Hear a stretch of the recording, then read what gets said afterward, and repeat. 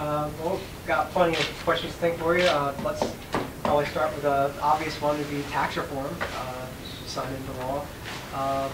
There's been a lot of concerns about just analysts that say it's going to give a lot of taxpayers that break in taxes, but it might really lead to a giant deficit down the road. Do you have concerns about the deficit coming from the tax cuts? I have concerns about the deficit, but from the tax cuts, not so much. And the reason why is as follows. Regardless of who scores it or what that number is, some people say it's 1.2, some people say it's 1.8. The number that I probably see more than anything else is 1.4, because I believe that that's what the Joint Committee on Taxation said.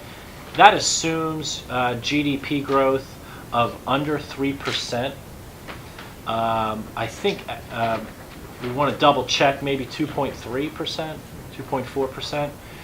If over a 10-year period you average GDP growth of 0.3 of a point higher, so let's just say we grow at 3.5% over 10 years. That's optimistic, I think, to be candid with you. But if you look at what we've done on the regulatory reform side, with candidly the dramatic tax reform on the business side, I do think that you can get GDP growth in that range. So if you have CBO, what I would argue is static growth projections out of there, 0.3 of a point averaged over 10 years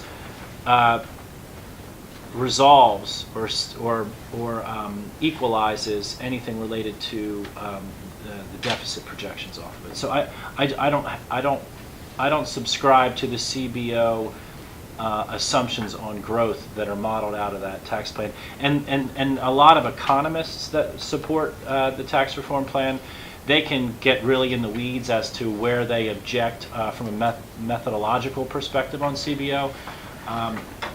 But I also think that it's not something that should be dismissed as insincere, because I think a lot of people, and myself included, do feel that the debt is our biggest problem in this country, where I think that some of us maybe pause a little bit is some of the folks that now are raising that as a concern are not folks that ever really focused on the debt before.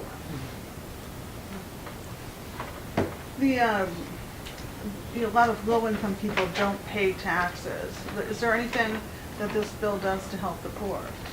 So the thing that jumps off the page would be, if you are a low-income family that has kids, and this is something that Senator Rubio lobbied for in exchange for a yes vote, is you can actually get money back at the end of a tax year, even if you haven't paid anything in based on the child tax credit.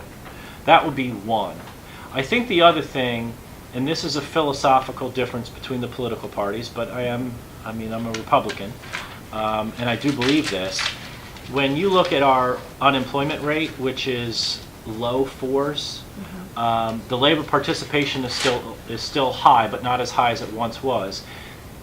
When you have a tight labor market and you have companies competing for workers, you're going to see higher wages, and you're going to see folks look at what is being offered in the labor market and maybe decide to once again participate. So I do think that the growth, the potential for growth, the potential for job creation, as well as lifting wages, is a good thing for those in the low income You might get range. some back to work, might get some a raise.